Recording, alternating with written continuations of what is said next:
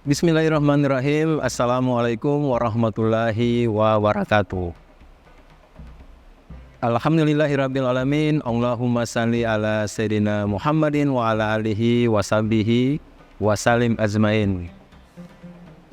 Alhamdulillah, kami dari Yayasan Rubatul Khairat Kota Ternate di bawah pimpinan Al-Habib Abdurrahman bin Kamil As-Sagaf.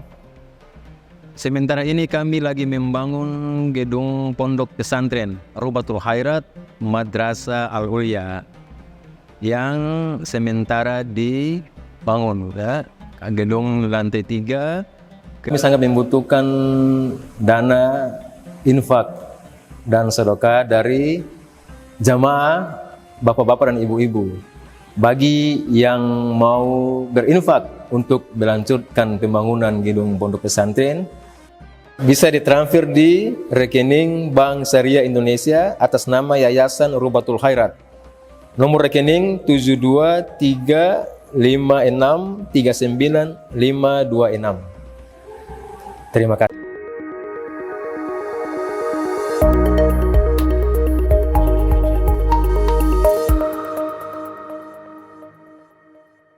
Pembahasan kunut, mungkin ada hal yang penting juga yang mungkin kita lihat dan dengar, ya, informasi terkait saudara-saudara kita yang ada di Batam, ya, Pulau Rempang.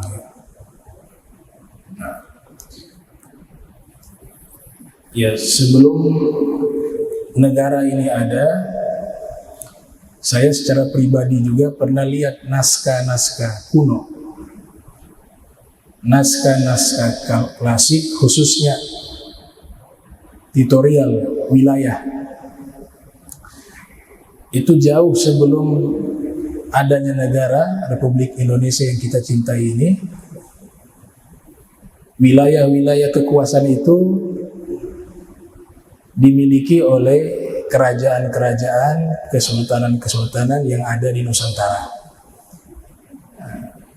Saya pernah lihat wilayahnya itu ada naskah klasik kesultanan yang ada di Ternate, Jailolo, itu punya tutorial itu. Dan ini bukan hanya di Maluku Utara, tapi juga di wilayah-wilayah Nusantara lainnya, seperti di Samudra Pasai di Aceh, di Riau, di Pontianak. Nah, ketika kemerdekaan Republik Indonesia, berdirilah negara Republik Indonesia, diadakan pertemuan hampir seluruh kesultanan yang ada di Nusantara. Mereka bersepakat untuk masuk ke dalam negara Republik Indonesia. Bahkan ada beberapa kesultanan mewakafkan harta kesultanan, aset kesultanan untuk diberikan kepada negara Republik Indonesia. Salah satunya di Pontianak itu di asetnya diberikan kepada negara. Nah, ada tanah atau wilayah yang memang sudah turun-temurun sebenarnya menjadi cagar budaya, apalagi sudah beratus-ratus tahun yang lalu. Kita kenal dengan istilah tanah adat, dan yang menghuni penduduk lokal asli. Itu sebenarnya di dalam hukum Republik Indonesia dijadikan sebagai cagar budaya, kampung tua, tanah yang ditempati sudah beratus-ratus tahun turun-temurun. Itu harusnya menjadi satu cagar budaya. Kalau sudah menjadi cagar budaya, tidak bisa diperjualbelikan. Dia masuk kepada publik sosial.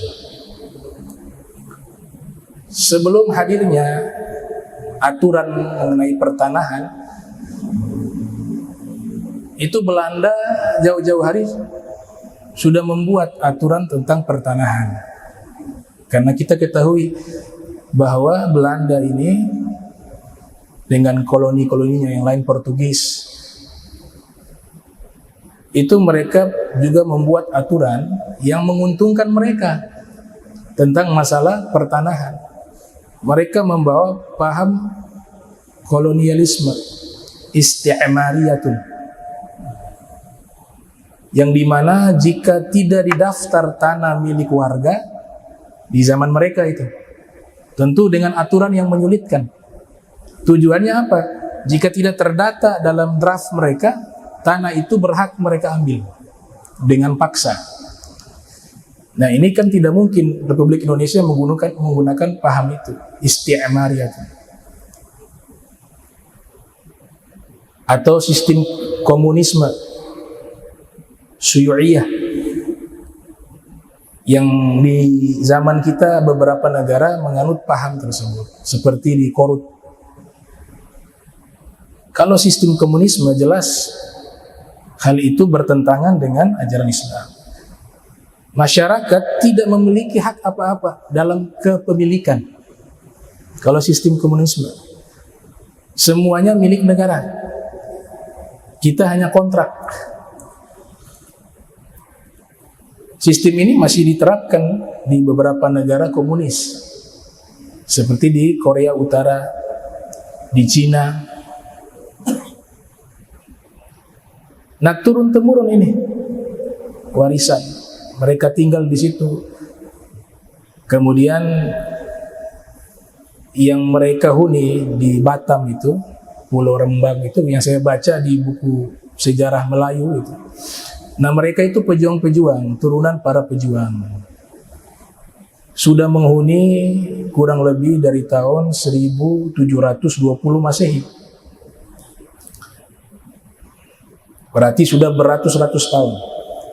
Dan lokasi tersebut kurang lebih ada 16.000 sekian hektar.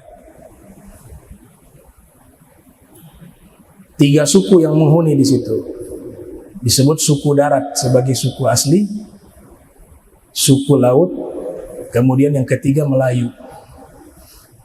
Melayu ini di bawah Kesultanan Riau, dipimpin oleh Sultan Sulaiman Badrul Alam Shah I di zaman itu, tahun 1720 Masehi. Sangat lama ya jaraknya. Nah, ulama-ulama kita sudah membahas masalah negara sudah ribuan tahun yang lalu. Itulah hebatnya agama Islam. Salah satu ulama besar yang menulis kitab membahas tentang masalah negara, wafat 450 Hijriah, bernama Al-Ghadi Al-Mawardi, berjudul Al-Ahkam Sultaniyah.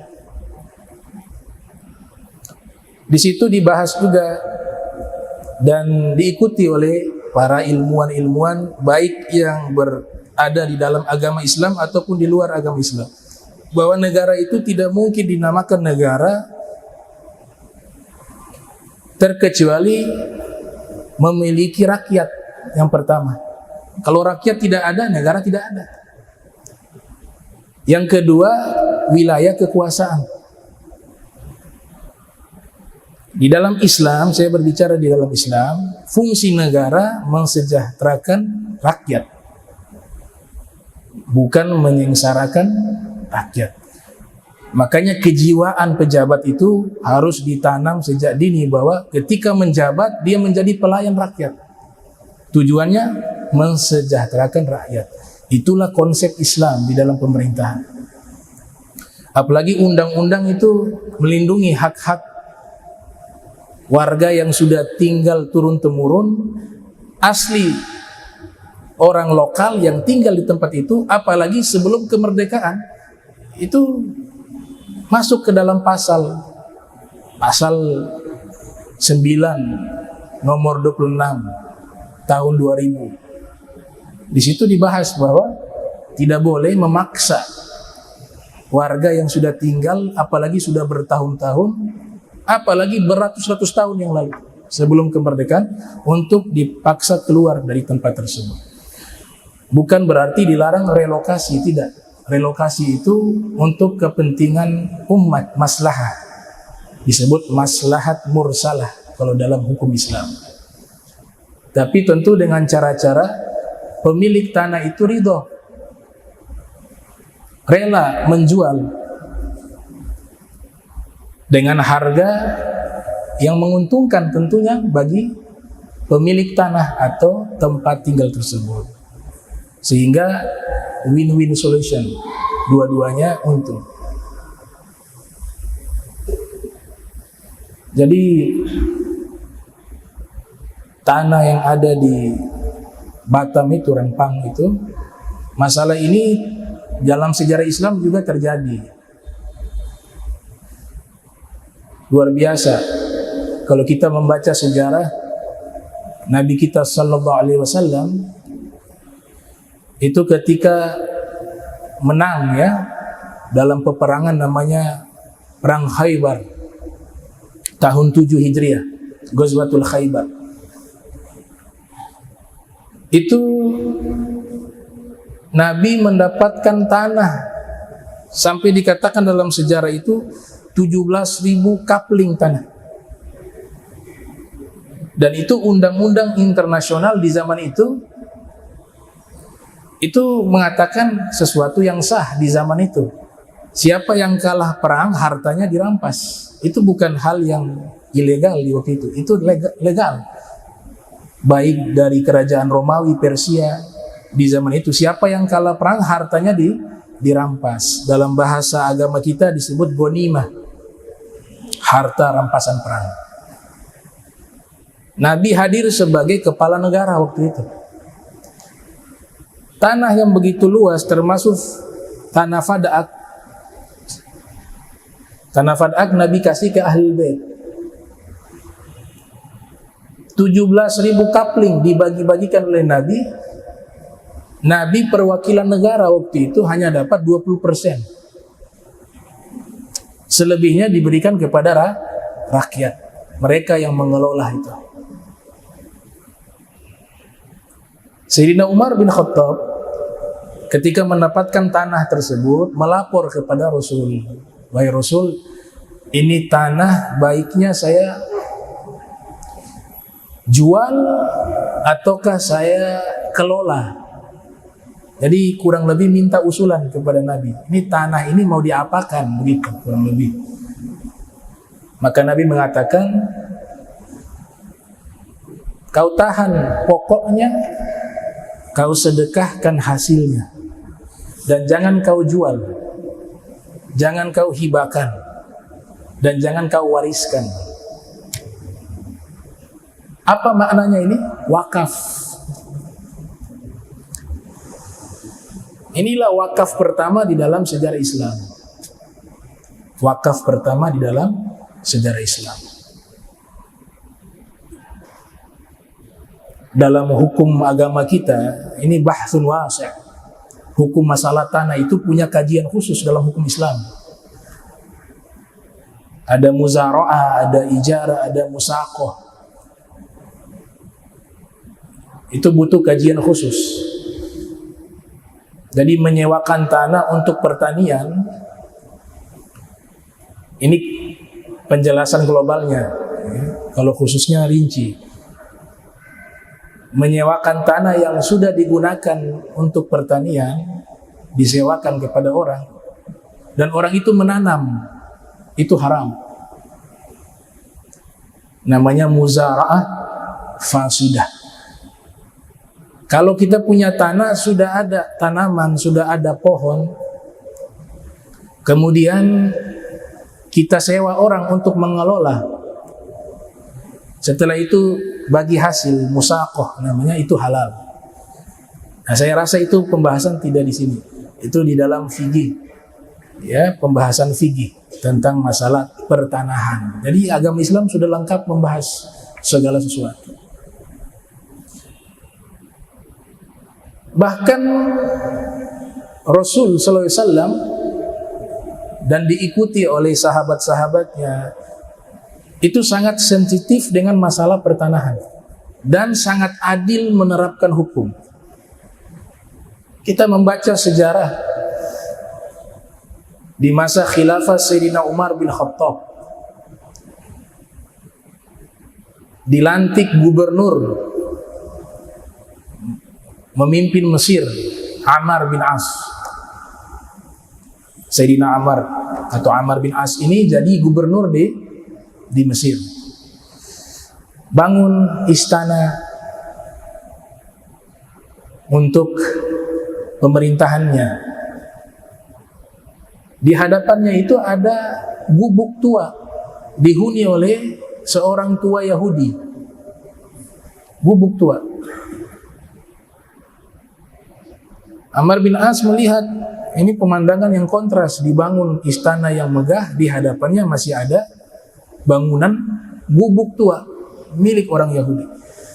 Maka berinisiatif Ammar bin As ingin membeli tanah tersebut, tapi pemiliknya tidak mau menjual.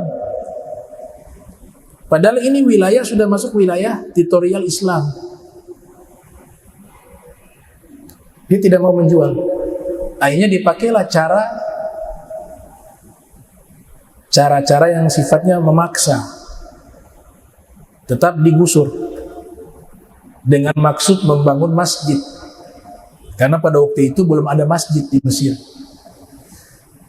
Maka orang tua ini, karena dia rakyat biasa, apalagi minoritas orang Yahudi, dia tidak bisa melawan. Akan tetapi dia mendapatkan informasi bahwa khalifah yang memimpin al-khilafah al-islamiyah, Sayyidina Umar bin Khattab, terkenal sebagai khalifah yang sangat adil. Langsung dia bergegas menuju ke Madinah. Tentu perjalanan sangat panjang dari Mesir ke Madinah di zaman itu bisa sampai 1 bulan. Dia pergi. Tibalah di kota Madinatul Munawwarah. Di situ dia bertanya kepada warga, kepada masyarakat yang ada di tempat tersebut, di mana khalifah? Saya ingin bertemu. Mereka katakan, coba kau cari di pohon yang ada di tempat ini, biasa dia tidur di situ. Apa khalifah kalian tidak punya gedung? Sayyidina Umar sebagai khalifah yang menguasai hampir separuh dunia di zaman itu, menguasai Afrika, menguasai Persia, menguasai Syam, Jazirah Arab, hampir menguasai separuh daripada dunia. Yang saya mengatakan dunia di sini Eropa dan sekitarnya. Mereka katakan khalifah kami tidak punya istana, tidak punya gedung, gedungnya di masjid. Biasa istirahatnya di bawah pohon tanpa ada penjaga, tidur di situ. Maka orang Yahudi ini menghampiri Sayyidina Umar bin Khattab, lihat betul lagi tidur. Dia masih tidak menyangka ini benar khalifah ini yang terkenal tidurnya di atas tanah di bawah pohon tanpa ada pengawal. Dia beranikan diri membangunkan Sayyidina Umar. Kemudian Sayyidina Umar bangun dari tidurnya, melihat dia mengatakan, saya dari Mesir, saya orang Yahudi, dan seterusnya. Dia katakan, gubernur yang kau lantik di Mesir merampas tanah saya untuk dibangunkan masjid. Padahal saya tidak ridho, saya tidak menjualnya. Maka Sayyidina Umar bin Khattab menampakkan wujud ekspresi marah. Dia perintahkan, coba cari tulang unta. Dia ambil tulang unta, diberikan kepada Sayyidina Umar bin Khattab. Kemudian beliau menggaris dengan pedangnya huruf alif dari atas ke bawah. Diberikan kepada orang Yahudi tersebut, kau kembali ke Mesir, berikan kepada gubernur kalian Ammar bin As, katakan ini dari saya, dari Khalifah Umar bin Khattab. Ini orang Yahudi, dia kecewa. Saya datang jauh-jauh sampai hampir sebulan, sampai di sini dikasih tulang, tidak menyelesaikan masalah menurut orang Yahudi tersebut. Tapi karena sudah dia taati, dia patuh kepada perintah khalifah, maka dia kembali ke Mesir membawa tulang yang sudah diberikan garis oleh Sayyidina Umar, alif, tulang unta. Sampailah di Mesir, dia menemui gubernur Amr bin As, diserahkan bahwa saya sudah pergi ke Madinah bertemu langsung dengan khalifah Sayyidina Umar bin Khattab, dan khalifah menitipkan ini kepadamu, tulang unta. Diambil tulang unta itu oleh gubernur, dia lihat ada garis alif di situ, mukanya pucat. Ternyata itu ada isyarat di situ. Kata Amr bin As, kembalikan tanahnya. Itu masjid tidak jadi dibangun. Kembalikan tanahnya kepada orang Yahudi tersebut. Orang Yahudi ini bingung. Kenapa kau baru melihat tulang sudah ketakutan? Kata Amr bin As, saya ditegur oleh Khalifah Umar bin Khattab. Garis alif itu isyarat saya harus berlaku adil, harus lurus. Jadi perbuatanku ini tidak lurus, tidak benar kepadamu. Kalau tidak lurus seperti alif, maka kau akan jadi tulang, bangke, dihukum mati. Makanya saya takut. Diserahkan tanahnya kepada orang Yahudi tersebut. Akhirnya orang Yahudi kagum dengan keadilan daripada Khalifah Umar bin Khattab. Agama kalian mengajarkan demikian tentang keadilan. Iya, benar. Tidak mengenal agama, tidak. Berbicara adil, kita diperintahkan berlaku adil kepada siapapun tanpa melihat sukunya, tanpa melihat agamanya. Karena Allah tentu mengajarkan kebaikan dan keadilan. Maka orang Yahudi itu menyatakan, kalau begitu saya ingin menyatakan keislaman di hadapan. Masuk Islam orang Yahudi ini, tanahnya diberikan untuk pembangunan masjid. Jadilah masjid pertama di Mesir, di Fustot, di wilayah namanya Fustot, disebut dengan Masjid Amr bin As. Jadi luar biasa hukum Islam ini. Kita ingin membangun ekonomi, itu sudah punya undang-undang dalam Islam. Ada satu hukum namanya Ihya'ul Mawati, menghidupkan, mengelola tanah-tanah kosong yang tidak produktif. Sebenarnya Allah itu tidak senang jika ada tanah subur, kosong, tidak digunakan apa-apa. Itu dalam hukum kita, hukum agama kita dikatakan itu perbuatan yang tidak baik. Makanya dalam kajian fikih itu disebut dengan Ihya'ul Mawati, mengelola tanah-tanah subur yang kosong agar menjadi tanah yang produktif. Sama mirip dengan kapitalisme. Kapitalisme sistem ekonomi yang tentu ada baiknya, ada buruknya juga. Semua sistem itu kalau bukan menggunakan sistemnya Allah, pasti punya dampak positif dan negatif. Ada yang negatifnya semua ada. Ada yang positifnya semua tidak ada. Positif semua itu hanya hukum Allah. Selebihnya itu pasti ada kebaikan, ada kekurangan. Kapitalisme ini ishtirakiyatun, sosialisme, kapitalisme. Ishtirakiyatun bahasa Arabnya itu artinya sosialisme. Sosialisme itu negara yang menjadi sumber pengelolaan ekonomi. Kalau kapitalisme ra'su maliyah, rakyat yang mengelola ekonominya sendiri tanpa campur tangan negara. Ini kita Indonesia tidak mengambil paham ini secara utuh dua-dua. Dia mengambil Pancasila, sistem ekonomi Pancasilais.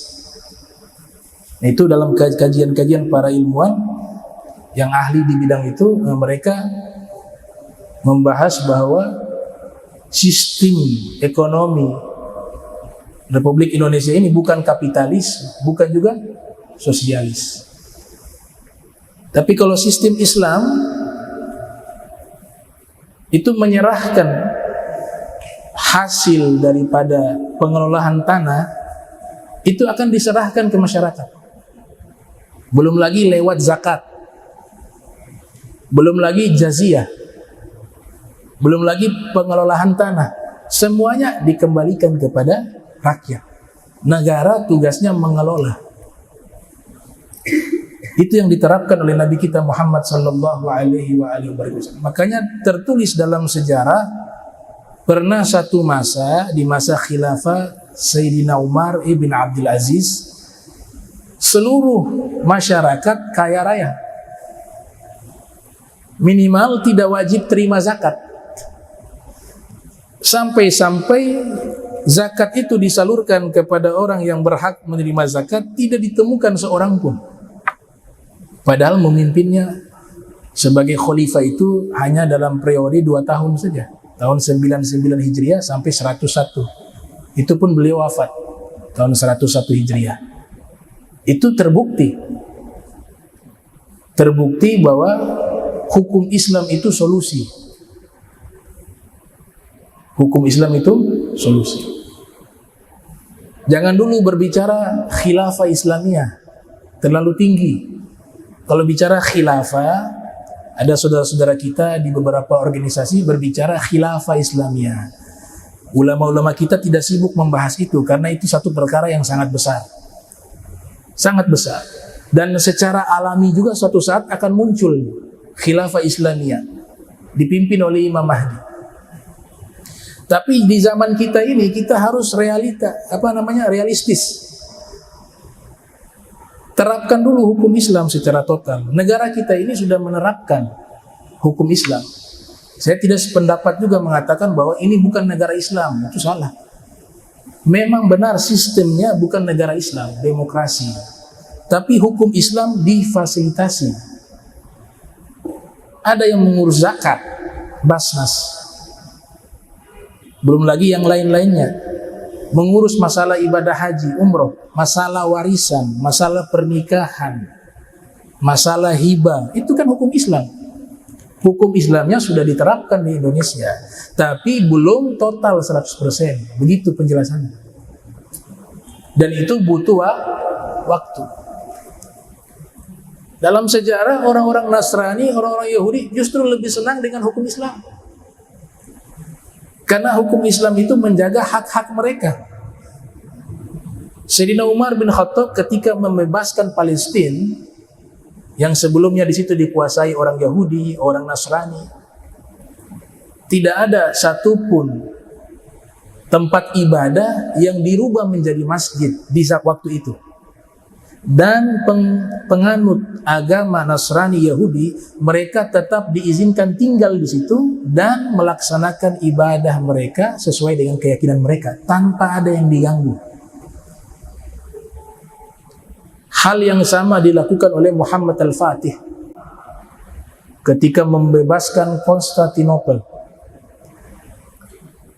Tidak diusir, yang Nasrani tidak diusir, yang sebelumnya dikuasai oleh Bizantium, Romawi. Tapi ketika dikuasai, diberikan hak-hak mereka dan seterusnya.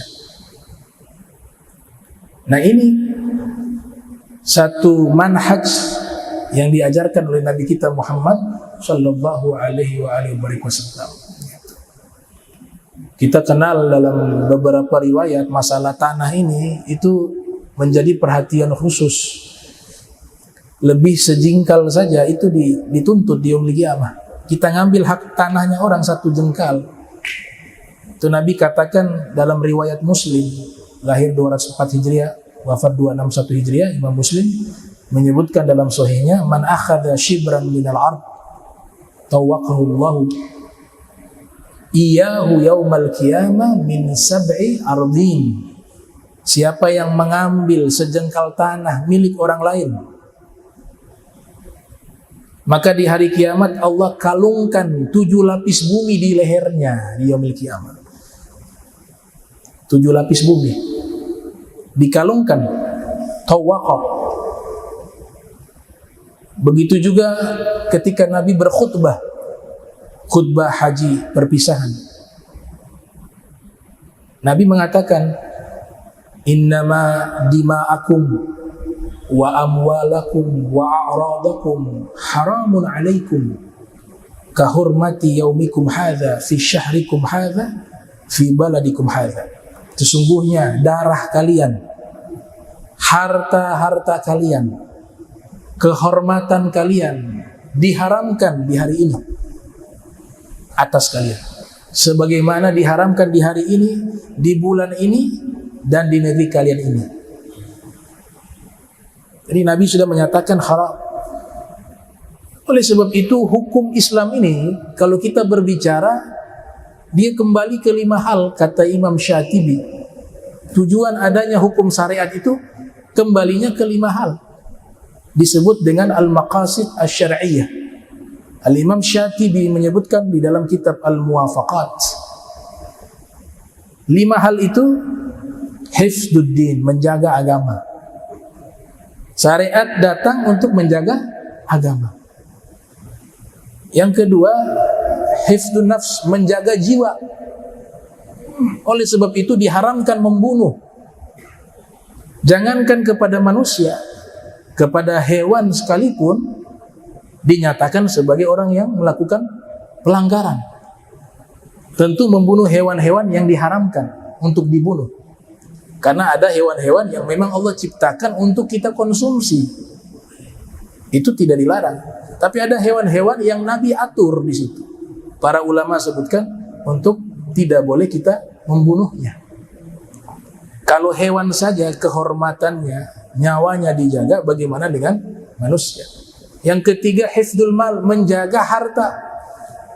Harta siapapun tidak boleh kita ambil. Sedikit apalagi banyak. Sedikit saja sudah haram, apalagi banyak. Muncullah hukum, namanya hukum potong tangan. Kalau yang mencuri dengan syurutnya, itu bukan melanggar HAM, justru itu menjaga hak asasi manusia. Karena orang yang mencuri itu tidak juga menjaga haknya orang, melanggar haknya orang. Jangan kita lihat bentuk hukuman, tapi kita lihat efek dari hukuman itu. Itu disunahkan orang yang sudah balik menyaksikan tuh. Bagaimana dipotong tangannya. Tujuannya apa? Kenapa harus dihadirkan orang untuk menyaksikan? Agar yang menyaksikan itu tidak ada niatan mengambil haknya orang. Kalau ini terlaksana, maka keamanan akan terjaga. Begitu juga kisos. Kisos bukan dalam rangka melanggar hak asasi manusia, tapi sebaliknya dalam rangka menjaga hak asasi manusia. Karena orang yang membunuh, dia telah melanggar hak asasi manusia. Kemudian hukum kisos berlaku, dia juga dihukum mati, disaksikan juga oleh orang-orang yang balik, yang akalnya sehat. Muncul efek jerah. Efek jerahnya apa? Dalam hatinya gak ada niat mau menyakiti orang, apalagi sampai mau membunuh. Terciptalah keamanan. Makanya di beberapa negara Islam menggunakan hukum Islam, ada negara Islam itu menjual senjata bebas, legal, senjata. Tapi data kriminal pembunuhan, pencurian justru sangat minim. Kenapa demikian? Karena ada hukum Islam. Kalian punya senjata, tapi kalau kalian menyakiti orang, membunuh orang, maka akan segera dikisos kalian, dieksekusi. Takut mereka. Jadi senjata itu gak berani mereka gunakan. Walaupun tidak dianjurkan juga untuk negara melegalkan. Kita ketahui di negara-negara barat, Amerika, yang mereka melegalkan senjata itu justru berdampak negatif. Ya, digunakan orang yang punya kejiwaan tidak stabil, emosi, akan gak dengan mudahnya membunuh orang. Kita baca berita kan, sekolah anak SD, sekolah anak TK, itu banyak jadi korban serangan orang dengan senjata. Tapi yang saya maksud di sini, hukum Islam itu bukan melanggar hak asasi manusia, tapi hukum Islam justru menjaga hak asasi manusia. Dan ini ulama kita sudah bahas ribuan tahun yang lalu. Sudah dibahas. Kemudian menjaga apa lagi? Hifdzun nasl, menjaga turunan. Oleh sebab itu kita diharamkan yang namanya menghilangkan keturunan. Ada KB itu mengatur, ya, bukan menghilangkan, mengatur. Mengatur gak apa-apa. punya rencana anak 2, 3, 4, 5. Tapi kalau mengangkat rahim dengan tujuan tidak mau ada keturunan, itu diharamkan. Terkecuali dalam faktor kesehatan. Dari medis mengatakan dia punya penyakit kecuali harus diangkat rahim, dia bisa. Atau dia kalau hamil nanti berdampak buruk bagi dirinya, bisa saja dia meninggal, ini sang ibu, dan seterusnya. Itu dikecualikan. Tapi tujuannya adalah menjaga nasl. Yang kelima, hifdzul aql, menjaga akal. Hadirnya hukum Islam menjaga akal manusia agar tidak rusak. Sebab itulah diharamkan khamar. Sebab itulah diharamkan narkoba. Nah, hukum syariat itu kembali ke 5 ini tujuannya. Dan puncaknya ke satu tujuan, puncaknya is'adul insan fid darain, memberikan kebahagiaan kepada manusia di dunia maupun di akhirat. Itu dia punya inti, kembali ke satu itu. Makanya doa tuh sahabat baca. Ada satu orang baru masuk Islam, dia menyaksikan para sahabat kalau berdoa panjang-panjang. Yang ini doanya panjang, yang ini panjang. Sedangkan dia baru masuk Islam, baru belajar Islam. Yang dia hafal satu doa, Rabbana atina fid dunya hasanah wa fil akhirati hasanah wa qina adzabannar. Tapi kalau mendengar sahabat yang lainnya baca doa, minder. Doa mereka panjang-panjang. Saya hafal doa Rabbana atina fid dunya hasanah wa fil akhirati hasanah wa qina adzabannar. Akhirnya dia memberanikan diri bertemu dengan Nabi. Kemudian dia bertanya, dia menyampaikan kepada Rasulullah SAW, wahai Rasulullah, saya ini minder.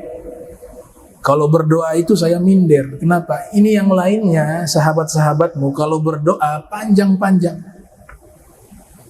Sedangkan saya doanya yang saya hafal satu. Kata Nabi, apa yang kau hafal doa tersebut?